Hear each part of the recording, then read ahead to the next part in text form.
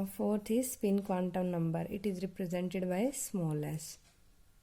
In first lecture we see there are 4 quantum numbers, 3 of which n, l, m come from the solution of Schrodinger wave equation. And fourth is spin quantum number, which does not originate from the Schrodinger wave equation. It is given by Pauli to explain the spin of nuclei. Okay, so here is spin quantum number. It does not come from the solution of Schrodinger wave equation. It is introduced to explain the spin of electron. That is, it describes spin orientation of electron. Electron है उसकी 2 type की spin होती है, एक होती है plus half, एक क्या होती है माइनस हाफ. तो इसको भी हमने किससे बताया? बाय स्पेस क्वांटाइजेशन, जैसे एंगुलर मोमेंटम के केस में देखा था. ठीक है, तो स्पेस क्वांटाइजेशन क्या होता था हमारा? अगर क्वांटम नंबर हमारा क्या है? इंटीग्रल. ठीक है, तो जो एंगुलर मोमेंटम का A is angular momentum and Z is reference direction in which we have applied the magnetic field. तो ए जेड क्या है? Angular momentum component in reference direction. तो वो उसकी वैल्यू भी क्या होनी चाहिए? इंटीग्रल. ठीक है, तो ही क्वांटम नंबर हमारा क्या होगा? अलाउड.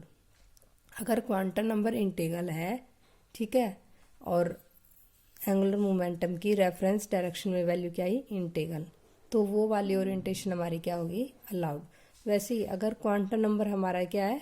Half integral. ठीक है, इस वाले केस में देखेंगे स्पिन वाले में. अगर क्वांटम नंबर हाफ इंटीग्रल है तो ए जेड की वैल्यू क्या होनी चाहिए? Half integral. वही ओरिएंटेशन क्या होगी? अलाउड. तो हेयर हमारा क्या है?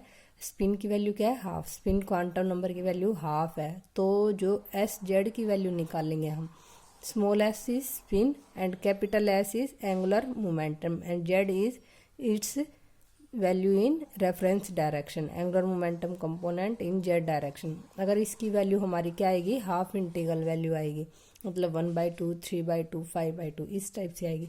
तो सिर्फ वही ओरिएंटेशन क्या होंगी? अलाउड होंगी. ठीक है, तो एस जेड की वैल्यू वही सेम जैसे हमने लास्ट टाइम देखा था वही है. अगर ये हमारा क्या है? Angular momentum capital S. ठीक है, वेक्टर क्वांटिटी है तो एरो से बता देंगे. ये ओरिएंटेशन हमारी इलेक्ट्रॉन की. ठीक है, मीन्स यहाँ होएगा और फिर बताती हूँ.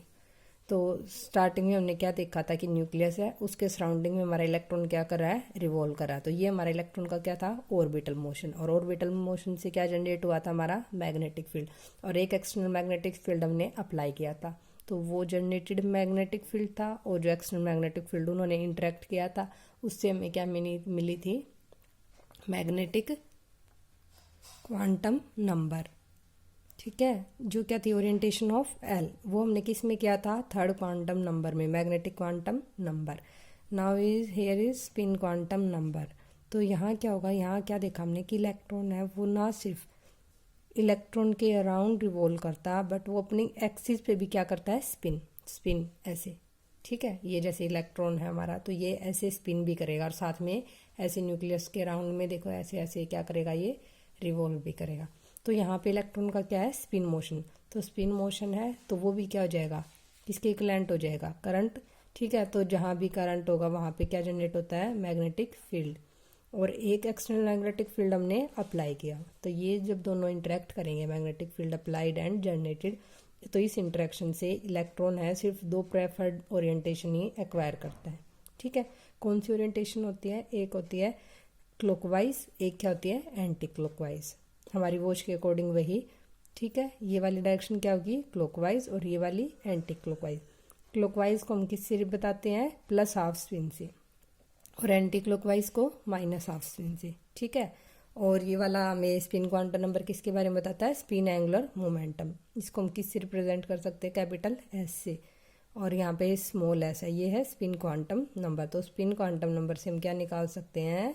स्पिन एंगुलर मोमेंटम, जो कि क्या एक वेक्टर क्वांटिटी. ठीक है, फॉर्मूला वही सेम है जैसे लास्ट टाइम देखा था हमने, √L × L+1 h/2 पाई. तो यहाँ क्या जाएगा? √S × S+1 h/2 पाई लिख दो, या फिर क्या लिख दो? और h कट, इन दो में से कुछ भी.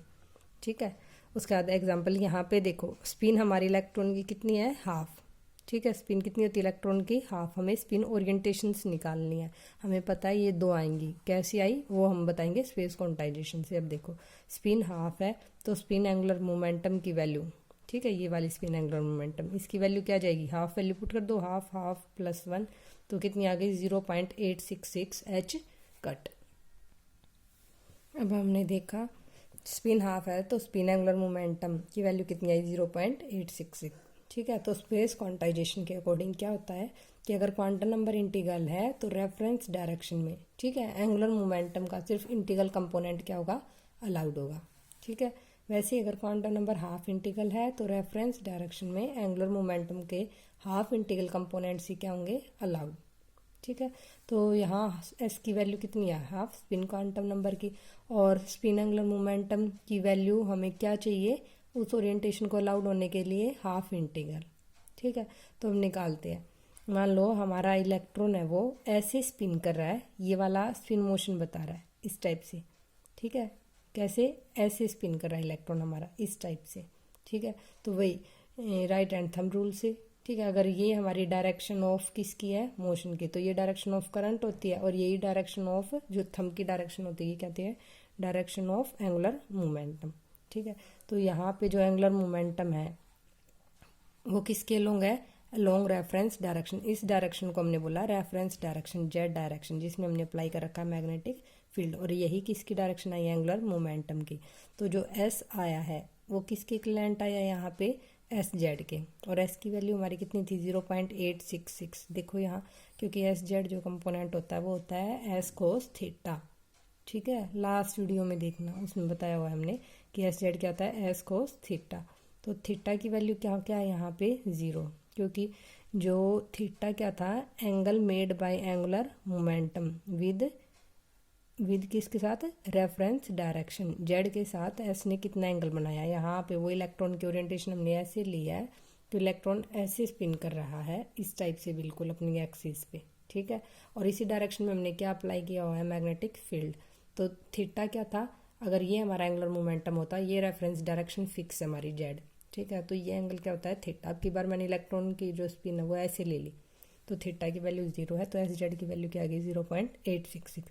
तो एस जेड की वैल्यू क्या हाफ इंटीग्रल आई है, नहीं आई, तो ये वाली जो ओरिएंटेशन है at theta equal to 0 is not allowed.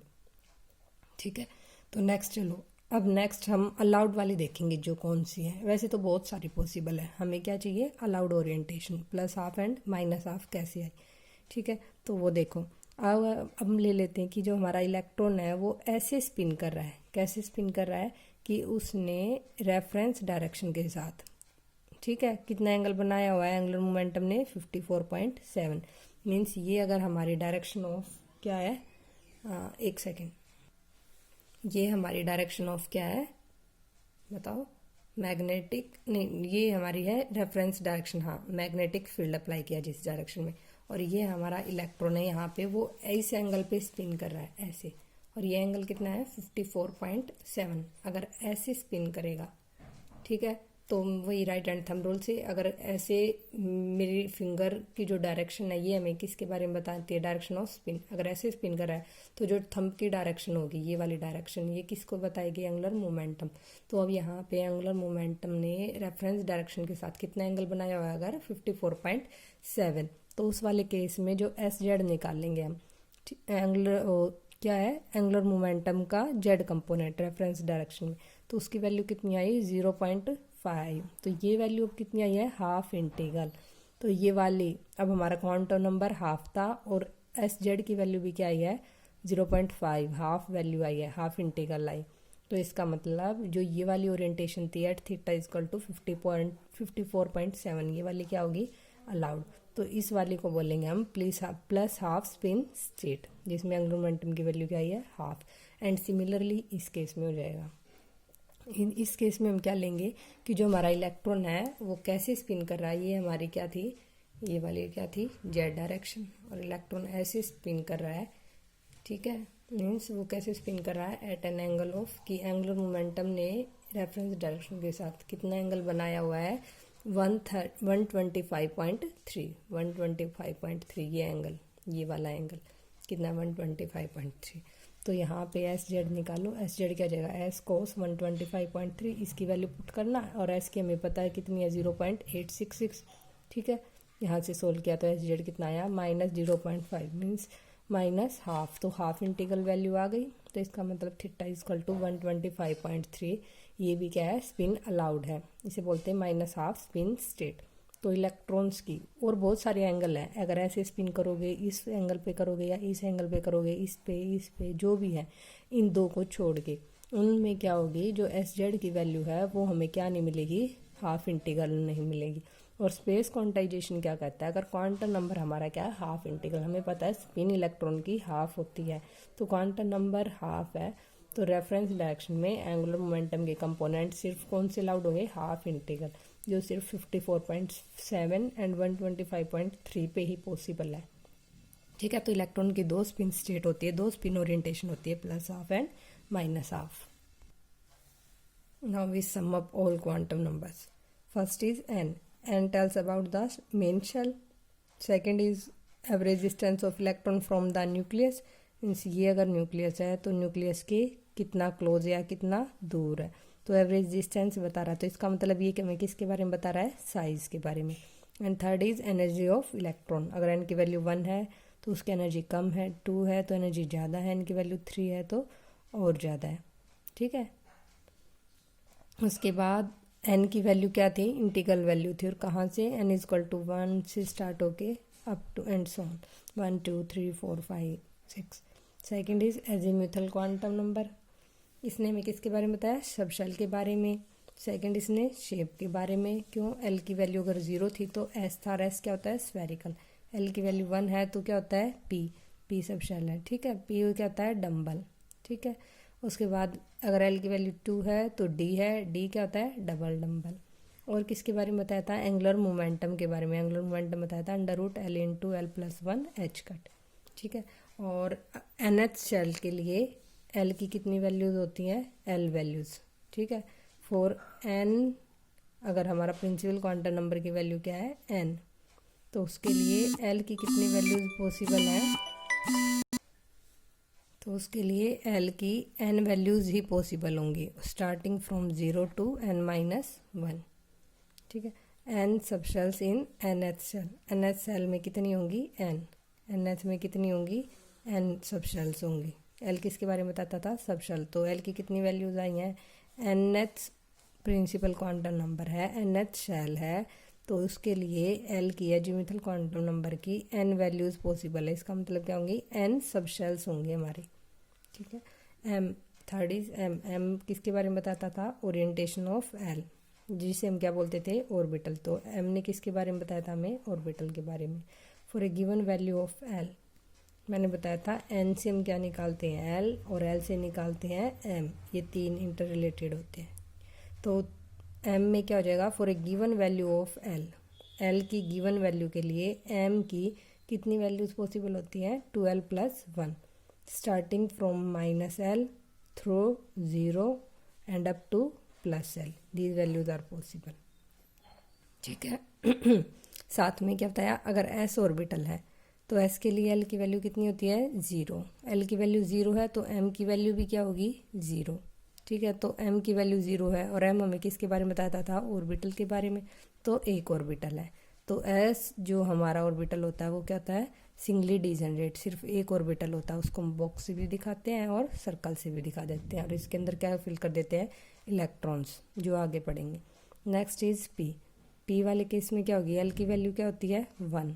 ठीक है, ऊपर देखा था एल की वैल्यू 1 है तो पी है, तो पी के लिए एल की वैल्यू 1 है, तो एम की क्या वैल्यूज पॉसिबल है, -L to +L होता है थ्रू 0, तो -1 to +1 और through 0 means integral values put करनी है, -1 0 +1, तो 3 आई, और एम हमें किसके बारे में बताता था, ऑर्बिटल के बारे में, तो 3 वैल्यू आई एम की, इसका मतलब कितने ऑर्बिटल है, 3 ऑर्बिटल है।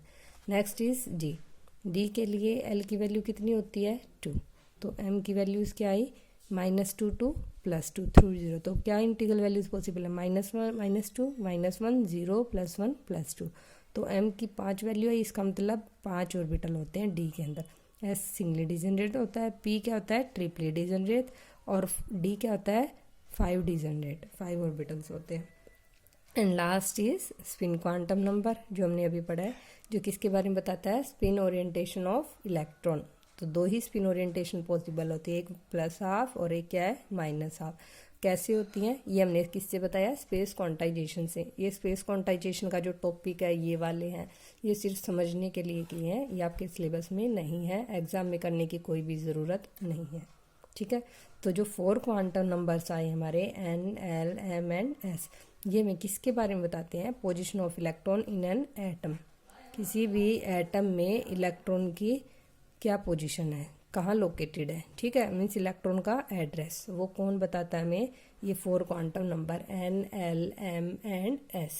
Okay, now next topic is poly exclusion principle. तो पॉली एक्सक्लूजन प्रिंसिपल के अकॉर्डिंग क्या है, जो हमारा कोई भी ऑर्बिटल है, ठीक है, मान लो ये मैंने क्या बनाया ऑर्बिटल, इसको हम किससे बताते हैं, तो सर्कल बना दो या फिर स्क्वायर बना दो, ऑर्बिटल की रिप्रेजेंटेशन होती है, आगे देखेंगे, ठीक है। तो किसी भी ऑर्बिटल में मैक्सिमम, अब ऑर्बिटल के अंदर क्या होते हैं इलेक्ट्रॉन्स, तो इलेक्ट्रॉन मैक्सिमम कितने होंगे, पॉली ने बताया था कि किसी भी ऑर्बिटल में मैक्सिमम सिर्फ 2 इलेक्ट्रॉन होंगे, 1 एंड 2, ठीक है। और स्पिन की जो स्पिन, अब इलेक्ट्रॉन की क्या होती है स्पिन, तो वो स्पिन जो होती है उनकी क्या होनी चाहिए अपोजिट, मीन्स 2 इलेक्ट्रॉन है, स्पिन ओरिएंटेशन होती है, एक को हम कैसे बताते हैं अपवर्ड एरो से, एक को डाउनवर्ड से, ये क्या होती है क्लॉकवाइज, ये क्या होती है एंटी क्लॉकवाइज।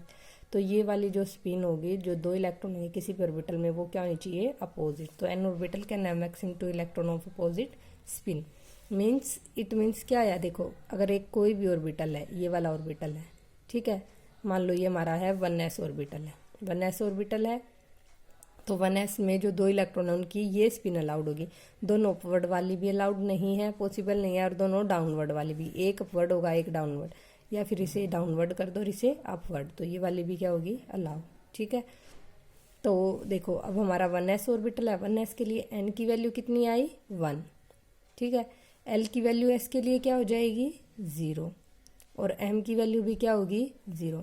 तो इन 2 इलेक्ट्रॉन्स के लिए 3 क्वांटम नंबर्स की वैल्यू तो क्या आएगी सेम, क्योंकि सेम ऑर्बिटल में 1 है, बट इसकी स्पिन क्या हो जाएगी प्लस हाफ, क्या स्पिन होगी प्लस हाफ, जो अपवर्ड एरो है डाउनवर्ड की माइनस हाफ, ठीक है। तो इट मीन्स क्या आया कि जो 4 क्वांटम नंबर है N, L, M and S, उन चारों की वैल्यू किन्हीं भी 2 इलेक्ट्रॉन्स के लिए सेम नहीं होगी, एटलीस्ट 1 क्वांटम नंबर, और वो भी कौन सा स्पिन क्वांटम नंबर, जैसे यहाँ है, यही पॉसिबल है और पॉसिबिलिटी नहीं है, ठीक है, किन्हीं भी 2 इलेक्ट्रॉन्स के लिए नहीं पॉसिबल है। अगर डिफरेंट ऑर्बिटल्स में हम क्या बोलेंगे कि no 2 electrons in an atom can have same address, ठीक है, at least 1 quantum number must be different, कोई भी हो सकता है, ठीक है, स्पिन नहीं बोलेंगे, ठीक है। अगर डिफरेंट ऑर्बिटल में है 2 इलेक्ट्रॉन, एक 1s में है एक 2s में है, दोनों की स्पिन क्या है सेम है, तो यहाँ पे और क्वांटम नंबर डिफरेंट आ जाएंगे, स्पिन तो क्या आ गई सेम, तो ये वाली भी हो सकती है। इस वाली में नहीं होगा क्योंकि फर्स्ट फीलिंग के अकॉर्डिंग ये नहीं, ये वाला पॉसिबल नहीं है। 2s का देखें, 2p देखते हैं तब आता है ये, मान लो 2p है, 2 इलेक्ट्रॉन्स की फीलिंग करनी है, तो इलेक्ट्रॉन्स की फीलिंग कैसे होती है इस टाइप से, पहले क्या होंगे हाफ फील्ड बनाएंगे कॉन्फ़िगरेशन, उसके बाद ही हम क्या करेंगे पेयरिंग, कोई भी ऑर्बिटल क्या नहीं होना चाहिए अनऑक्यूपाई नहीं होना चाहिए, उससे पहले पेयरिंग नहीं कर सकते, आगे आएगा ये सब।